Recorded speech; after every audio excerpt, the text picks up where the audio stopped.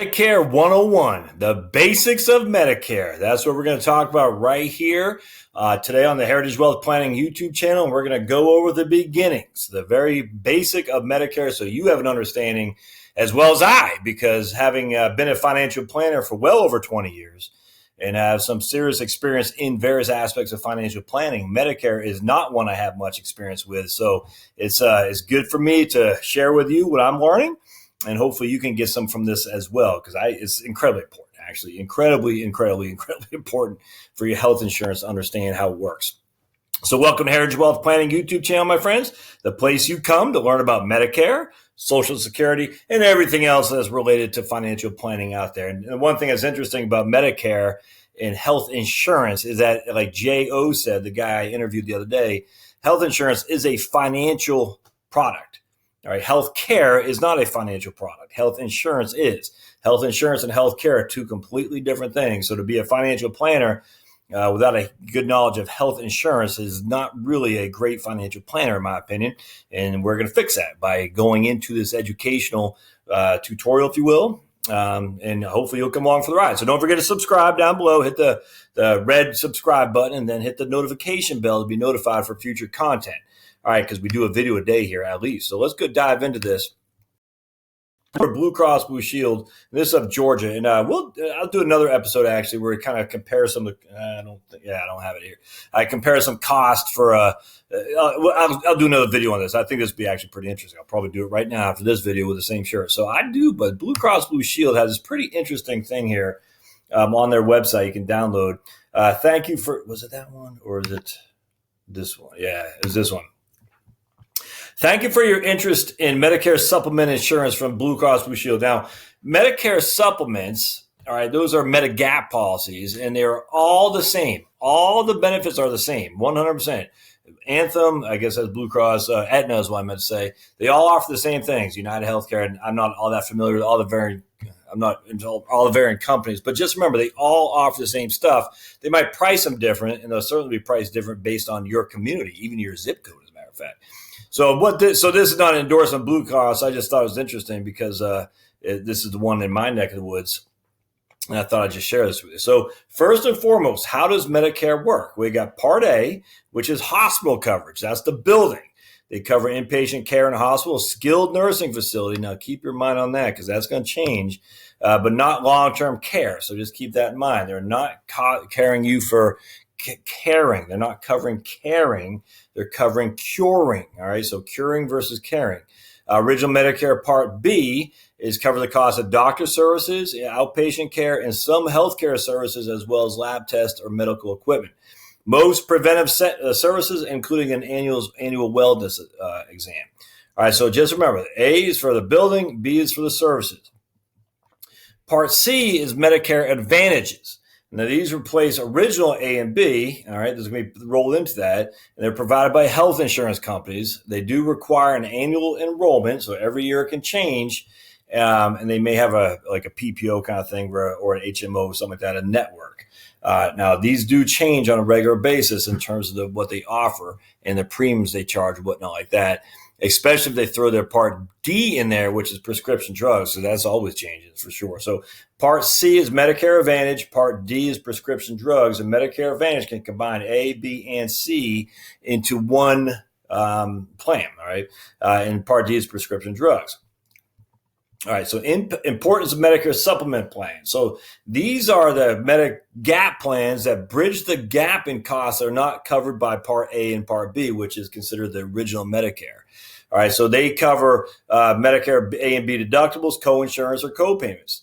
They cover Medicare Part B excess charges, skilled nursing facility care co-insurance, we're going to never talk about that, and foreign travel emergencies. So remember, the Medigap plans and Medicare Advantage, which is Part C, are two different things. Now, A and B is what original Medicare is. It covers the hospitals and it covers the doctor services for the most part.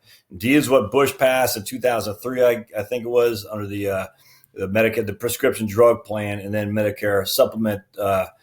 Right here, Medicare Part C is Medicare Advantage, and then supplemental plans are Medigap. All right. So right here, original Medicare has substantial deductibles and co-payments that are your responsibility.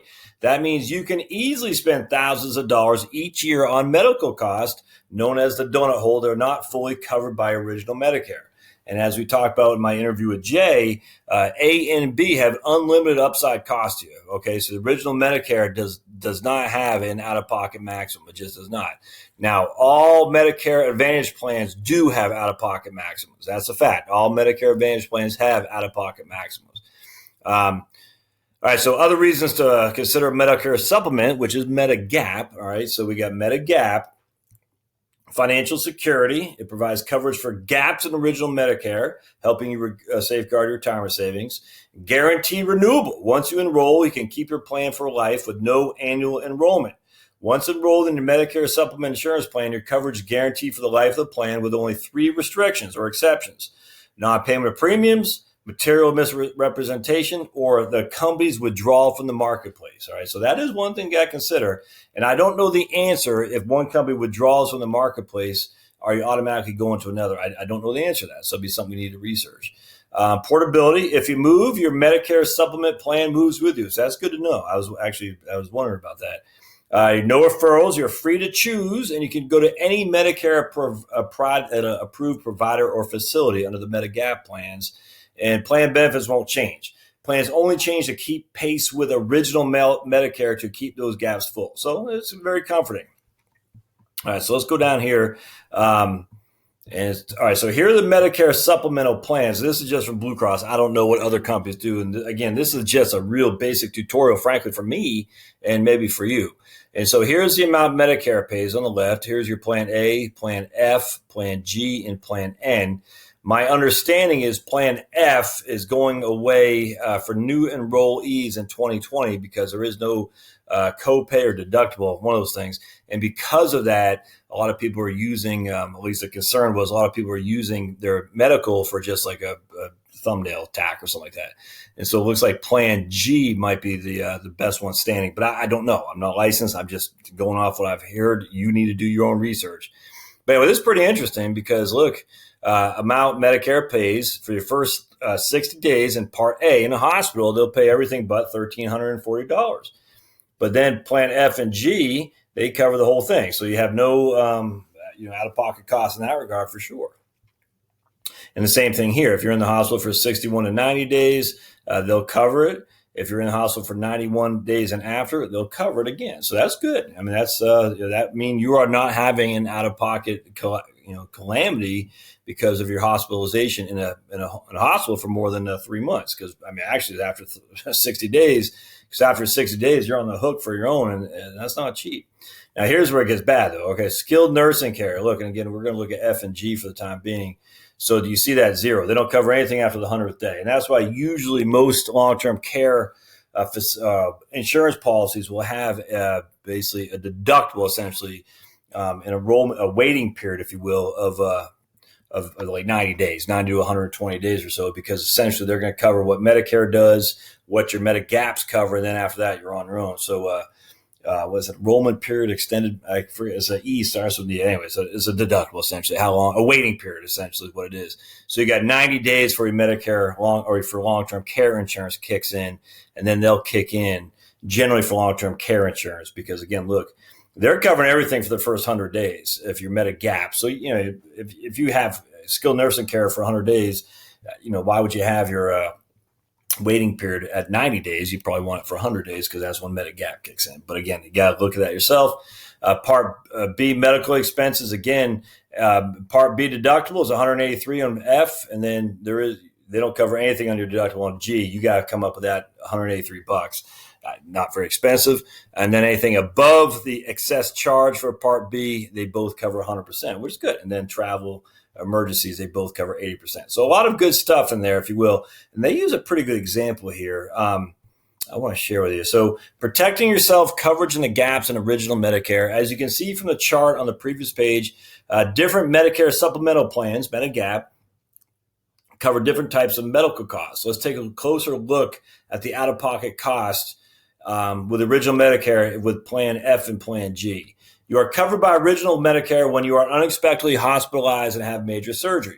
After a 15-day stay in the hospital, followed by 22 days in skilled nursing facilities. So remember, 15 days in the hospital. So the first thing we do is say, okay, hospital.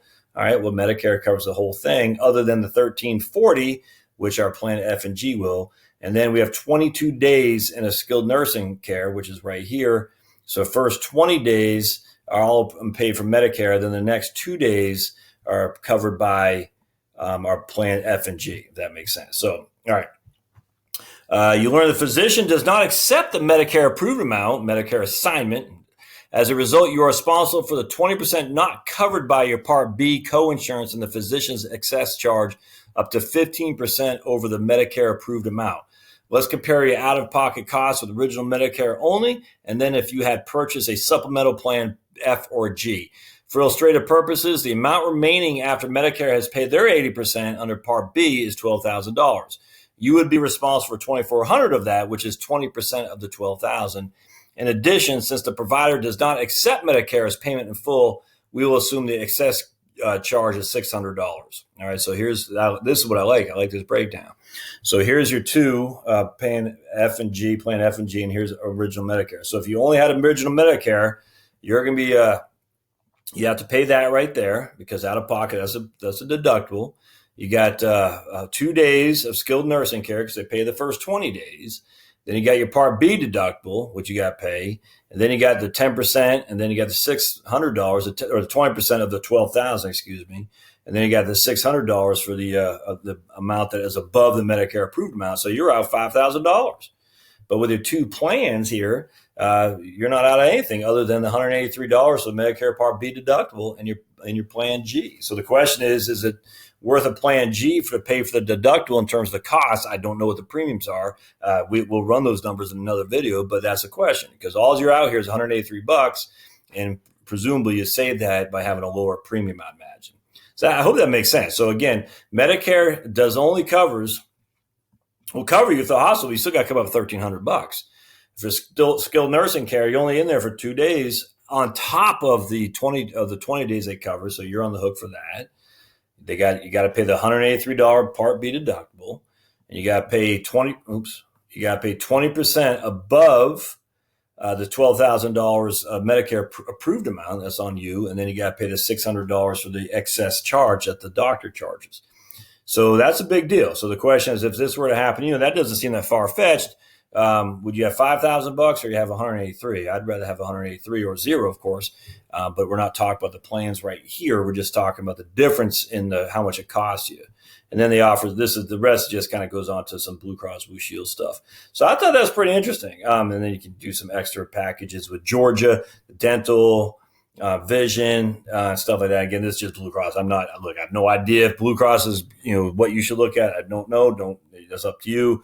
But if you basically bundle it, if you will, it's kind of almost like a home insurance. If you bundle your car, home, and auto, or car, auto, home, and what's the other one? Auto, home, and umbrella. Seems like there's another one too. You get a discount.